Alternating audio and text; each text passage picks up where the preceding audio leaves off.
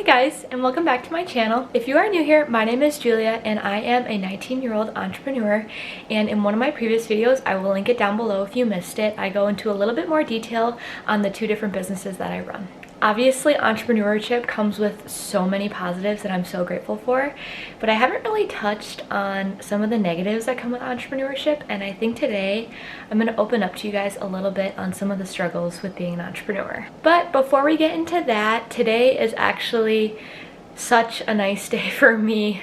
One of the pros of being an entrepreneur is my schedule fluctuates, and today is one of those days where I don't have a ton of work going on, so I'm able just to kind of do whatever I want, get some things done around the house, and so there's just a few different fun things that I want to do today. I'm just about to make my breakfast because I still haven't eaten anything this morning, and something that I want to touch on really quickly is that ever since we moved into our house, I've really been trying to up my protein in a day that I eat, because I realize how much protein I actually need if I want to be building muscle when I'm working out, and I was not eating nearly enough. And so now my goal is to get at least 100 grams of protein, not every single day, but like 5 days a week is what I'm aiming for, because that's a lot of protein. I should be getting at least 100 grams of protein. That's on the low end. The high end is 140. So that's a lot, but one of the ways that I found it been helpful for me to reach my protein goals is by having a very high protein breakfast, because usually I only eat like 2 big meals a day, breakfast and dinner, and sometimes in the midday if I'm a little bit hungry I'll snack on a few things. And so I found it super duper helpful if I've gotten at least 40 to 50 grams of protein in my breakfast, because then I'm fuller for the day. I just feel well energized, ready to go. I'm not tired. And that's been really helpful. And so I've been having a protein smoothie every single morning, which usually has almost 40 grams of protein. And then I usually will always make eggs with that as well. And then on the good days, when I bake sourdough for a few days after we have fresh sourdough, I love having a piece of sourdough bread toasted with butter and salt. So this morning, I'm gonna be eating really good. Something I've been doing consistent for years now is taking greens before I have my breakfast in the morning, which I feel like is another just really great way to start my morning off on a great note. So I have my greens here now, and like I said, it's a necessity, so I always drink this right before I have any food in the morning.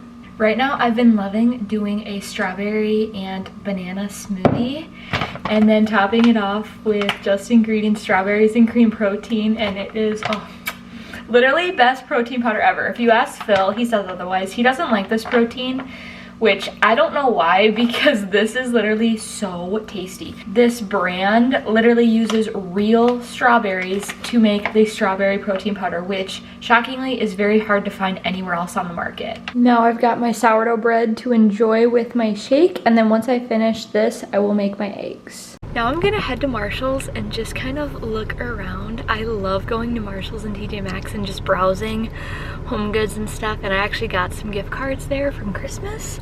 And so like I mentioned in the last video, I think I'm looking for a few different home things still. So we're gonna go there and see if we can find anything that I'm looking for. I'm back from Marshall's, and unfortunately I didn't film anything because it was really busy there in the home goods section. And I'm just not there yet to pull up my camera and start filming. But I did get a few things that I want to show you guys. First of all, I got this cute little bin that I'm gonna put one in the living room, and then I got another one that's the exact same, and I'm gonna put one in our bedroom just to be able to like roll up a blanket and put it in here, because right now we don't really have a place for our extra blankets, so I've been on the hunt for these. And I got a really good deal on the both of them, so I grabbed those. And then also I've been so annoyed because in our pantry recently we've been like opening bags of things, but then we don't have any like clips to secure them, so I bought these, which will be nice. Another thing that has been so annoying is every time I cook and I have like a spoon that I'm using to stir something, I don't have something to set it on the stove. So this is just like a spoon holder for the top of my stove, which is really pretty. It's got like this marble design and it's very heavy duty. So I'm pumped about this. And then lastly, I got these cute little thank you cards that I use for new dog clients of mine. Whenever I get a new dog client, I always write them a thank you card and print out a Polaroid photo of their dog while I was watching them.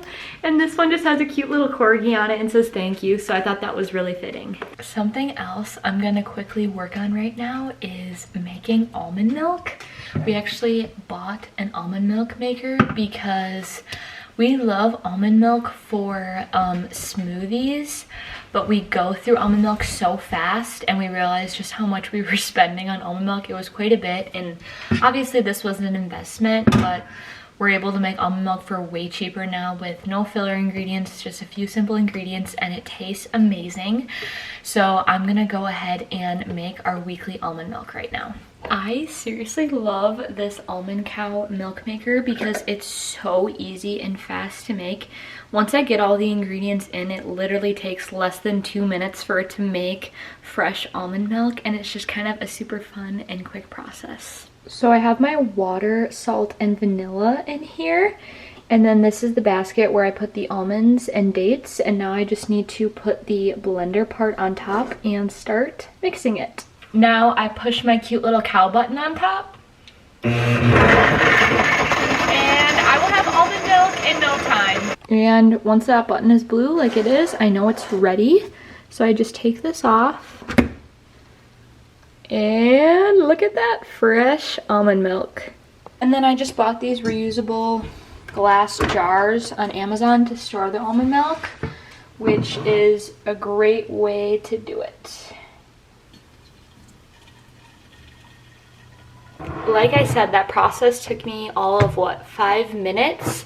So I have one, and I always just do a double batch right away because then 2 of these last us for a full week usually. I don't know if any girls can relate to this, but I'm a girl who loves to have her nails done, but one, hate going to the salon and paying that price to get my nails done, and 2, I used to have like a gel light at home, and I loved it, but I hated when I would peel off my nails and it literally would damage my nails every single time.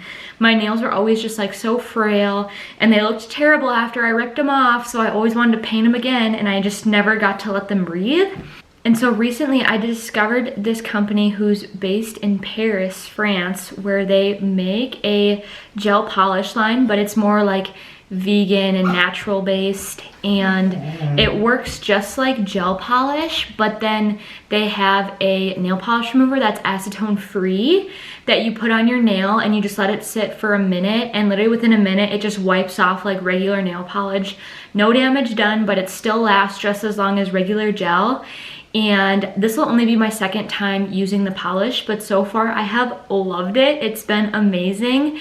And like I said, just the process of taking off the nails without them being damaged has been incredible. And so since today I didn't have too much going on, I figured I would do my nails right now because it takes me time. And also, another girl moment here, but every time I trim my cuticles, one of them I always nick way too far down and it starts bleeding. So I'm hoping today that I don't do that, because usually if I nick them and they start bleeding, I don't like to paint them the same day since they bleed for a while. So fingers crossed I can clean up my cuticles well enough so that they're ready to be painted, but also not too bad where I end up nicking myself and they start bleeding. These are what the bottles look like. It's from Manicurist, and it's called like the green flash line. Like I said, it works just like a regular light. I have a gel light to put them under, but they're made with just more natural ingredients, and it's a lot easier to take off and very less damaging to your nails, which I love. Today, I think I'm gonna go for this fun, bright poppy red, which is a famous color of theirs. I'm feeling kind of bright and fun. Usually I'm very neutral with just everything in general, so why not go for something bold today? Also, while I work on my cuticles right now, I figured it'd be a really good time to kind of talk about what I was hinting at earlier with entrepreneurship and kind of one of the negative sides that I've been struggling with a little bit recently. So basically, obviously, if you don't already know, entrepreneurship is very much, it changes week to week. Like one week I could have a ton of business, the next week it might be really quiet. So that means that each week I'm making a completely different amount of money. It's not consistent. And being the planner that I am, I always look ahead and just like to know consistently what I'm going to be making, and being in the entrepreneurship space has forced me to realize and get flexible with the fact that my paychecks are going to fluctuate a lot. And another great thing is props to all the males and some females who are the main breadwinners for the family, because my husband is in college full-time for the next 2.5 years, and he's still working, but I'm the main provider right now, and it's a lot of stress. And I'm just kind of starting to realize that, like, wow, I think I put a lot of pressure on myself, and I make it seem like I'm not doing as good as I actually am. And my husband Phil is really kind and supportive and always reminds me that I'm bringing in way more than enough. So props to all the breadwinners out there, because it's not easy. It's stressful, like having that weight fall on your shoulders, knowing that you're providing for your family financially, which I'm very blessed that my jobs do provide the ability for me to provide for me and Philip. But also it's stressful at times, and sometimes I put a lot on myself, which makes it hard for me emotionally. The reason why I kind of wanted to talk about this is because in my last video, I feel like I kind of made it seem like entrepreneurship is the best, like literally the best career ever. And it is great, don't get me wrong, I love it. I could not imagine doing anything else right now. But it definitely is not for everybody. I would say some personalities, it's not meant for you, because it is a lot of work, physically, mentally, emotionally, all of that. Like I said, today, I just was like looking at our finances and stuff, and it's a clear example of like, I look at how much I made this week and it's way less than what I made the past few weeks. And so automatically in my mind, I start to panic and be like, oh no, like I didn't make enough this month. But then when in reality, I had really good weeks the first few weeks in January, so it all obviously evens out in the end. But it's still hard sometimes because, like I said, I just put a lot of pressure on myself, and I don't know why, but in my mind, like, I know I'm an entrepreneur, but I expect like a consistent paycheck like a typical 9-to-5 person would be getting. So I need to get that out of my head, because that's not at all how entrepreneurship works. I mean, sometimes it does, great, but in my case, it does not work that way. And like I said, I'm a planner, so I'll look into the next month of February and look at the calendar and be like, oh no, like I barely have anything scheduled yet. But the beauty is, a lot of my dog sitting jobs kind of come up last minute, the week before, a few days before. But being the planner in me, I look ahead at the calendar and see that it's kind of empty, and then I start to panic. But the Lord is just so gracious and good, because He always is reminding me constantly that there's no reason to fear, that He's gonna provide more than enough. Because I feel like every time I start to look at my calendar, or I get nervous that I'm not gonna make enough, God will just drop a job right in front of me, either that day, the next day, a few hours after it happened. And it's like, God's literally reminding me, like, trust in me, I'm providing enough for you. And so, I mean, obviously it's easier said than done, because like I said, I struggle with it sometimes, just thinking that ends aren't gonna meet. But it's like the Lord just works so beautifully, and He shows that He's providing for Philip and I time and time again. And I'm so grateful for His goodness to us. I don't know, I feel like that maybe was kind of a ramble on a lot of things, but I hope it kind of made sense a little bit. Basically, my main point is just that being an entrepreneur, you never know how much you're gonna make. It fluctuates all the time, and some personalities just, I would say, are not meant to handle that. And sometimes I definitely struggle with that, so I've just been praying that the Lord would help me to overcome that and just trust in Him in all things, because like I said, He's been so good and gracious to us and provided us more than we could ever need. So I'm really thankful. But then it's just kind of funny when I look back at it and be like, Julia, why are you worrying or freaking out? The Lord has provided for you so well. And so sometimes after a while, once my brain kicks in, I realize I don't need to worry about that. The Lord is going to take care of us. Hopefully everything that I just touched on made sense, and like, I'm not trying to bash anything or sugarcoat anything. I just want to be raw and honest, because I feel like that's what I've used this platform for, is just to be as honest as I can be. And so sometimes I have struggles, and that's kind of currently where I'm at. But like I said, couldn't be more thankful that my career is going as well as it is going. But I just kind of want to continue sharing my thoughts with you guys as they come around. Anyways, I officially cleaned up my cuticles without nicking any of them too bad. So now it's time to start painting them. I just finished painting my nails and I love the color of them. I think they turned out super good. This video was kind of all over the place. I hope you guys kind of stood with it through it all and enjoyed just random bits and pieces of my day and my life. And I will see you all back in my next video. Bye!